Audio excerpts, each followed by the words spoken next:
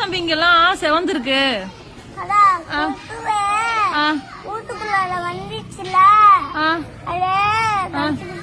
அப்படியா? ஏன் தம்பி உங்க வீட்டுல ஆல் அவுட்லாம் இல்லையா?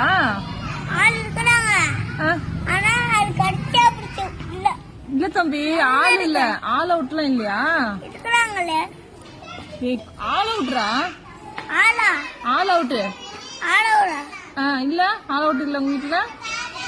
இல்ல. குட் நைட் ஆல் அவுட்லாம் இல்ல. இருக்கு. எங்க இருக்கு? இங்கயா?